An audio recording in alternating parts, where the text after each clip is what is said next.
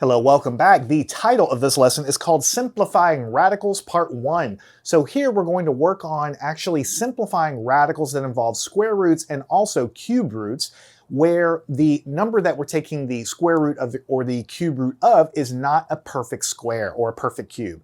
So in all the previous examples, it was pretty easy because the square root of 16, for instance, is 4, because 4 times 4 is 16. The square root of 9 is 3, because 3 times 3 is 9. So from basic multiplication, problems like those, square root of 25, square root of 36, they're all really easy because the answers are just whole numbers. But what if I give you the square root of, like our first problem, square root of 12? Well, you got to think, what times itself will give you 12? Well, the problem is there is no whole number that works. So what we're going to do is figure out how to calculate answers like that, and also we're going to figure out how to check our answers, because that's really important as well. So for instance, let's say that you were asked to figure out what the square root of 12 is. So if you just think through it logically, you know that 3 cannot be the answer, because 3 squared, 3 times 3 is 9.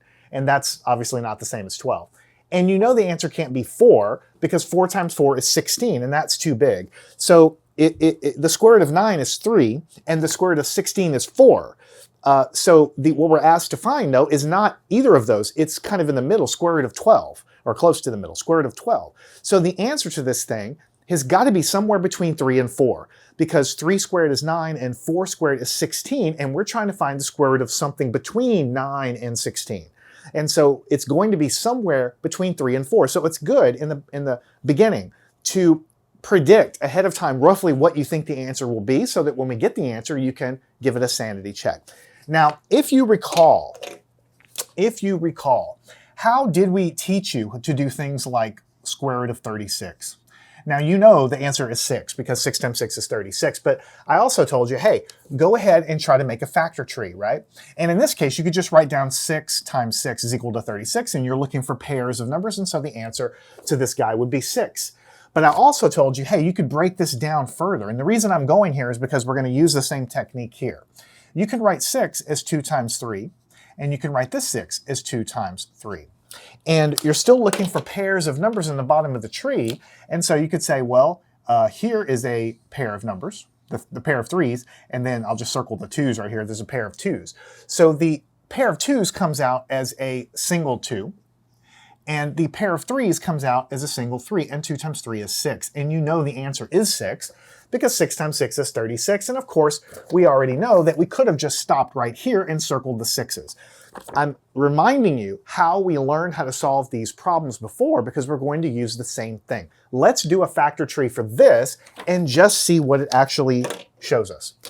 Let's take a look at the square root of 12. I guess I'll just go right under here, square root of 12. Now come up with anything you want. You could do 2 times 6. You could do 3 times 4. Let's do 3 times 4. It doesn't actually matter. You get the same number either way. Now 3 is already a prime number, so you can't break that down any further, but 4 can be broken down as 2 times 2. Now notice the difference between this factor tree and this one. We've broken this one down to prime numbers at the bottom. We broke this one down to prime numbers at the bottom. But in this case, we could find pairs, and once we found all the pairs, it was everything on the bottom. But in this case, we can see a pair of 2s, but there is a 3 here in the bottom of this factor tree, but there is no partner to go with the 3. This is why this answer is not a perfect whole number, because when we get to the bottom of the factor tree, when we identify all the pairs, we still have stuff left over. And that's why this one the answer is going to be what we call irrational. Remember, in the last lesson, we talked about an irrational number is a decimal that goes on and on and on forever with no pattern at all. And when that happens, it means we cannot write the answer as a fraction, because those decimals go on forever and there is no pattern to them. Any radical that works out to not be a perfect whole number like that is going to basically be an irrational number that goes on and on forever like that.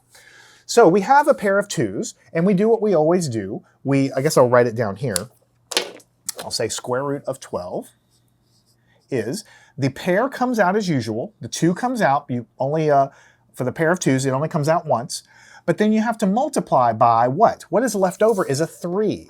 But that 3 remains under the radical, and it's multiplied. The 2 comes out as a single, and it's multiplied by the 3 that's left over, but the radical has to be around it. Why? Because we were unable to to find a partner for this. So this 3, like all of these numbers, live under the radical. The 12 is under the radical, so the 3 times the 4, the pair of 2's, they're all under this radical. But when we identify a pair, remember, we're looking for square root. We're looking for numbers that multiply times themselves to give us what we're looking for. So when we find a pair of 2's, we're only pulling out once, and it comes out of the radical. But the stuff that's left behind is still under that radical. It doesn't go away. It's still under there, so that's why we have to write it as remaining under the radical. Over here, the 2 comes out of the radical because we found a pair. The 3 comes out of the radical because we found a pair. There was nothing left, so there was no radical left. But here, the 2 comes out of the radical, but the 3 remains under the radical. So the answer to this thing is 2 times the square root of 3. This is actually what I want you to circle for your answer. And you might say, that is a weird looking answer. And you're just going to have to get used to seeing radicals in your answer. So what does it actually mean? Okay, remember what the big picture is. When we find a square root, we want to find some number so that when we multiply it by itself, we get back the original number. Now, if you go to a calculator, which we try to avoid using calculators, but we want to use it sometimes to check ourselves. And so I'm going to prove this to you. If you go into a calculator and you put 12 into the calculator and take the square root of 12, it's going to give you an answer that's going to be something like 3.46. Now, the reason I have the squiggly lines here is because this means approximately equal to. All right, because remember, it's a decimal. When you really do the calculation in a calculator, it's going to be 3.46 and then infinite decimals that do not repeat in any pattern. And that's because these radicals are irrational. They go on and on forever with no pattern. So 3.46. Now, if you take 2 and multiply it by the square root of 3, then if you put square root of 3 in a calculator, you're going to find out that that comes out to 1.73. Now, it's not really 1.73. It's 1.73 in an infinite number of decimals. I'm rounding everything to 2 decimal points here. And the square root of 3, when you put it in a calculator, gives you this. When you multiply it by 2, you get approximately 3.46. Now, the answer is probably going to be a little different in the last decimal position because I'm truncating these radicals. These radicals, anytime you see square root of 3 or square root of 12 or square root of 2 or square root of 5, when they don't come out to a single whole number, those radicals are an infinite, I mean literally infinite. Try to imagine what infinity is. It means the numbers never end. Even after the universe ends, those numbers still keep going. So these numbers are, it's really not 1.73 for this. It's not really 3.46 for this. It is an approximation because we cut it off at 2 decimals. But what I'm trying to show you is that if you calculate the square root of 12, you get this. And if you calculate 2 times the square root of 3, which is what we're saying the answer is, you get this. Now, here's what you do. If you go and take 3.46 times 3.46, and because remember, the point of a radical is to find something, when you multiply it by yourself, you're going to get the number under it. You're going to get 12. And that makes sense because you know that 3 times 3 is 9. And you know that 4 times 4, a little bit higher, is 16. It's somewhere almost in the middle. When you multiply that times itself, you're going to get 12, or a very close approximation to 12 because we have to cut the decimals off somewhere. All right. Now I want to show you one more thing. And this is actually also incredibly important. When we check these things, we can use decimals to kind of help us understand what we're doing. But you really need to get used to working with radicals, okay? Let me go actually through the next problem and calculate that. And then we're going to go back to this, and we're going to check this answer again without using any decimals. And it's important, but I think it's also important to just move on to the next problem before we get too bogged down over there. Let's take the square root of 8, all right? You can draw a factor tree for the square root of 8. And what is the square root of 8? Well, what is 8? 2 times what, right? You can say 2 times 4 is 8. And of course, this is prime, but the 4 can be written as 2 times 2. Now, everything in the bottom of the tree is a prime number. So now we look for pairs. We have a pair here, but we have an orphaned, a partner here that has no partner to it. There's no other part of the tree that can be paired up with this.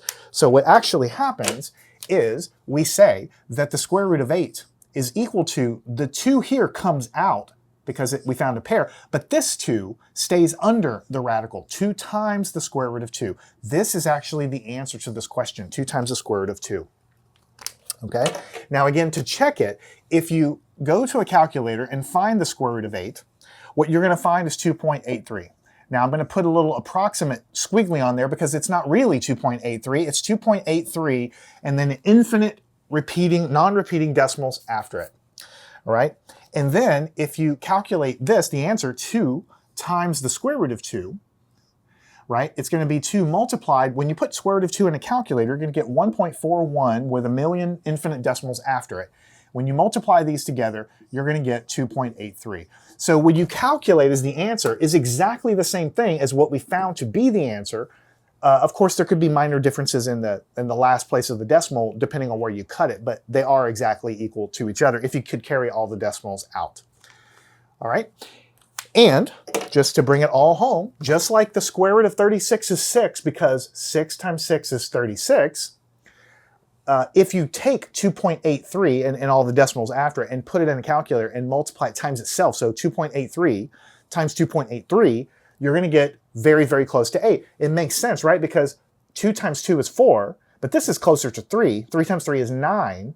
So grab a calculator, 2.83 times 2.83, you're going to get very close to 8. It'll be like 7.99 or 8.01.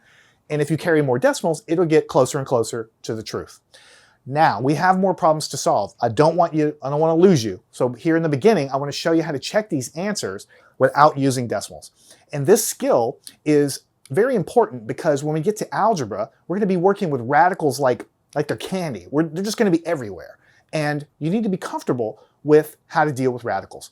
So let's go back to problem number 1. And we said that the square root of 12 was equal to 2 times the square root of 3. But the square root of 3 is not a perfect square. It's an irrational number. We approximate it as 1.73, infinite decimals after, but it's really exactly written as the square root of 3. So we take that square root of 3, we multiply it by 2.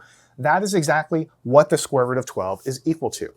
But if we get this as an answer, we just said 3.46 times 3.46 should be very close to 12. But this right here is the exact answer. So we should be able to take this, 2 times the square root of 3, and multiply it times itself. And when we multiply it times itself, we should get exactly 12. So multiplying something times itself is squaring it, right? So we're literally doing the same thing as getting an answer, 6 squared, 6 times 6 is 36. We check the answer. We get the answer, we're going to square this and see what happens. Now remember, from exponents, when you have things inside of a parentheses and an exponent on the outside, this exponent gets distributed into everything on the inside. You have 2 things multiplied together, this exponent applies to each one. So this exponent of 2 gets applied to the 2. And then we have the square root of 3. I'm going to wrap it in parentheses to make it clear, and then we have to square that as well. The exponent gets applied to every little thing inside. All right?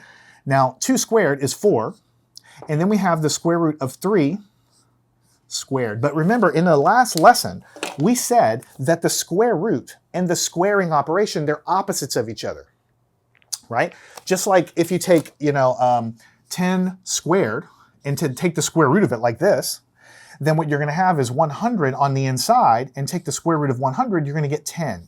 You see, the square and the square root can be said to cancel because they're opposites of each other. They undo each other, and you just get back what you started with. And the same thing is going to be happening here. If you start with 100 here, and take the square root of it, and then square it, then on the inside, you're going to get 10 squared, and then you're going to get 100. So the same thing, you get the same number back. When you start with something and then do a square root and then a square, they cancel each other, leaving only the 100 behind, or whatever's underneath behind. If you do the opposite, square it and then square root it, the squaring and the square rooting, they annihilate each other, and you get back exactly what you had underneath in both cases.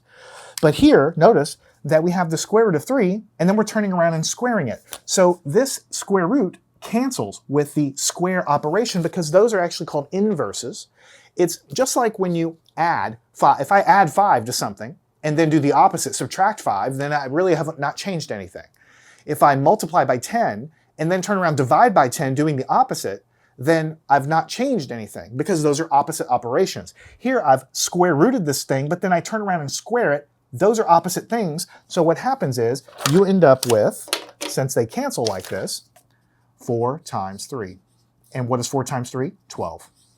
And that is the check, because we said whatever answer we get, when we square it, should give us exactly what is underneath, and it does give us exactly what is underneath. So from here on out, I'm not going to check any of these problems with decimals, but I want you to know that if you take answers to any of these questions and dump them in a calculator, like 2 times the square root of 3 and you get a decimal, this number, when you multiply it by itself, should give you what's under there. When you dump this in a calculator, this number, whatever it is, multiply it times itself, you should get what's under here, but I'm not going to check it that way because we don't like decimals in math, because these decimals are approximate anyway, they're truncated. That's why we don't like to write the decimals down, because the actual number is not 2.83, it goes on forever. So this is the exact answer. Let's check this one, okay? What we're saying is that if we take 2 times the square root of 2 and we turn around and square it, multiply it by itself, we should get this. The exponent goes in and applies to the 2, and the exponent also goes and applies to the radical. So I'll wrap that in parentheses, right? And so what's going to happen is this square is going to cancel with the square root that is there. You're going to be left with a 4 right there times 2, because this 2 is what's left behind, which is 8, which is exactly what is under here. So when you take this and you square it, you have to know, first of all, that the exponent distributes in, and you also have to know that anytime you have a square that operates on a square root, or backwards, a square root that operates on a square, they cancel each other, and you just have this behind. So 4 times 2 is 8, and we know the answer is correct. So as always, with these problems, the first 1 or 2 problems take forever. But now we can crank through, and you'll see how fast this process is, and we're going to check all of them to give you practice with that. You'll see how easy it is as we go. Let's take the square root of 18. So we'll do a factor tree. What times what is 18? You can pick whatever you want. I'm going to pick 9 times 2 is 18. The 9 I can write as 3 times 3 is 9. These are all prime numbers. We look for pairs of numbers because this is a square root, and we find a pair of 3's. All right? And so this 3 is going to come out as a single. It comes out of the radical because we found a pair, but this 2 has no partner. It stays under the radical, and we say that the answer is 3 times the square root of 2. If you go dump that into a calculator, you will get a decimal that when you multiply that decimal times itself, it'll give you 18. 18, because that's what's under there. Now let's check and see if this thing, 3 square root of 2, when you square it, multiply it by itself, let's see what happens. The 2 operates on the 3, making it 3 squared. The exponent also operates on the square root of 2 squared. I like to write that in parentheses there, just to make it clear.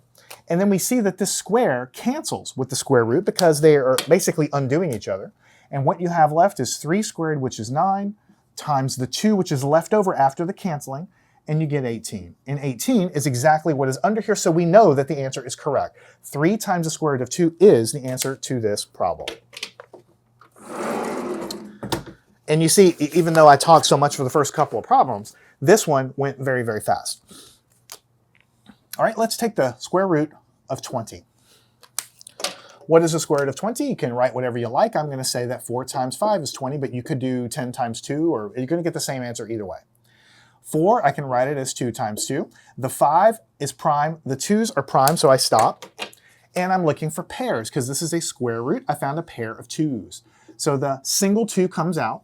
This stays under the radical as square root of 5, and this is the final answer. That's it, 2 times the square root of 5. If you go in a calculator, take the square root of 5, multiply it by 2, you're going to get a decimal. That decimal, which will be infinite non-repeating, if you multiply it by itself, will give you 20. Now let's check and see if 2 times the square root of 5, if we square it, what happens? The 2 goes in, and the exponent applies to the 2. The exponent applies to the square root of 5. 2 times 2 is 4.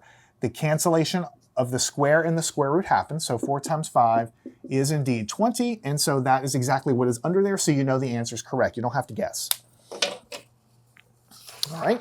Now, I'll take a little pause here to tell you why we're spending so much time on this. We learned square roots with the easy problems first. You know, square root of 25 is 5. And I did the factor tree, even though it was very simple. to get you comfortable with it. So now hopefully it's not so scary, right? But we do that because later on we want to solve equations that are going to involve square roots and squares. And we have to know how to eliminate a square from an equation. For instance, if the variable you're trying to solve is squared, maybe it's a common one would be v squared, velocity squared. When you throw a baseball, a lot of times velocity ends up being squared. But if you want to solve for it, you got to get rid of the square. So you have to undo it with the square root. And vice versa. You can undo a square with a square root. You can undo a square root by a square. And so we're going to be working with variables very soon, x's and y's, that have square roots. And so we have to get used to this process with numbers, because when we do it with variables, it'll be much, much easier. Let's take the square root of 50. What is the square root of 50? I'm going to work on 10 times 5. You can pick whatever you want. It's not going to matter. The 10 I'm going to work on, or write it down as 2 times 5. And I'm looking for pairs of numbers. I see that I have a pair of 5s, and the 2 is left over. Now the single 5 comes out. This single 2, which has no partner, stays under the radical. 5 times the square root of 2, that's the full answer. Now let's check this guy. 5 times the square root of 2. We're going to square the whole thing. So you're going to get the 5 squared, and you put that exponent on the 5. You're going to have the square root of 2 squared. The exponent applies to both terms. And then what you're going to have is a cancellation between the squaring and the square root. 5 times 5 is 25, times 2, because this is what's left behind, 50. And that's what we were trying to find. That's what's under there. We squared the answer. We get back what we're looking for. All right. I think we can do one more here. What about the square root of 27? Now, what I think of is 9 times 3 is 27, and the 9 I think of as 3 times 3. Now, I have prime numbers down at the bottom, so I stop and I look for pairs. I have a pair of 3s. So this 3 single comes out from the pair outside the radical. This one stays under. It has no partner. 3 times the square root of 3 is the correct and final answer. Let's check. If we have 3 times the square root of 3, the answer that we got, and we square it, multiply it by itself, then the exponent applies to the 3. The exponent applies to the radical, so we just square both little terms there. The cancellation on the square, I'm sorry, I put cubes here. My apologies. This is going to be a square and a square, so we're squaring everything. The square is going to cancel with the square root. Here we're going to have 3 squared. 3 times 3 is 9. This is what is left behind after this cancellation. And what is that? Look at that, 27, which is exactly what is under the radical. All right, now, so far, for every one of these problems, we've done square roots. Remember, square roots, you build your factor tree, you look for pairs. You look for copies because it's a square root. If you have a cube root, you do the same thing, but you look for triplets down there in the factor tree. If in the future you are working on a 4th root or 5th root or a 6th root, you can make up any root you want. A 4th root, for example, you build your factor tree and you look for copies, 4 copies, and you circle the 4 copies as a single which comes out. So the process continues for any kind of radical that you're trying to find. So let's go and take a look at the cube root of 16. The cube root of 16. Now, you can think of anything you want. I think of 4 times 4 being 16, but I'm looking for triplets of numbers, and that's not a triplet, that's only a pair. So I have no choice but to continue down 2 times 2. I still don't have any triplets, so I'm going to continue down and make this 2 times 2. And now I've broken the thing down into only prime numbers down here. And so I look for triplets, not pairs, triplets, because I'm not looking at the square root of 16. I'm looking at the cube root of 16. So there's 3 2's here. They come out as a single, but this 2 stays under the radical, but this radical is not a square root, it's a cube root. So this 2 stays under the cube root. So the 2 comes out because we found a triplet, and it's multiplied by, there's an invisible multiplication here, times the cube root of 2. And so that's the final answer. If you go to a calculator and you ask it what the cube root of 2 is, it'll give you a decimal. You multiply that by 2, you'll get another decimal. That will be the decimal answer of this cube root. Now remember, with a cube root, you check it by taking the answer and multiplying it times itself. You have 3 copies, you multiply it times itself.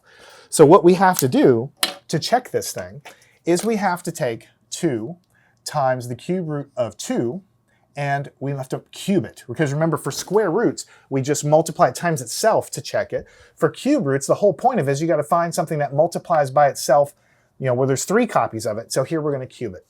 Now this is an exponent like any other exponent, so it comes in here and it operates on the 2 and makes it 2 cubed. And then it goes and it operates on this cube root. So the cube root of 2 is here, but it's cubed as well. So we operate this exponent on both of them. What do you think is going to happen? The cube root cancels with the cube. This is not an exponent of 3. This is just telling you it's a cube root. It cancels with the cube. Just like a square root annihilates and cancels a squaring operation, a cube root or a cube annihilates or cancels a cube. So cube and cube root are opposites. Square and square root are opposites as well. So what do we have left? We have, this is 2 times 2 times 2. That's what 2 cubed is. 2 times 2 times 2. This is 8. And then this 2 is what is left behind after the cancellation. It is 16, and that is what is under here. So we know that this is the correct answer. 2 times the cube root of 2. All right, here's our last problem. Cube root of 128. Now, 128. What times what is 128? I happen to know that 2 times 64 is 128. You might not. That's okay.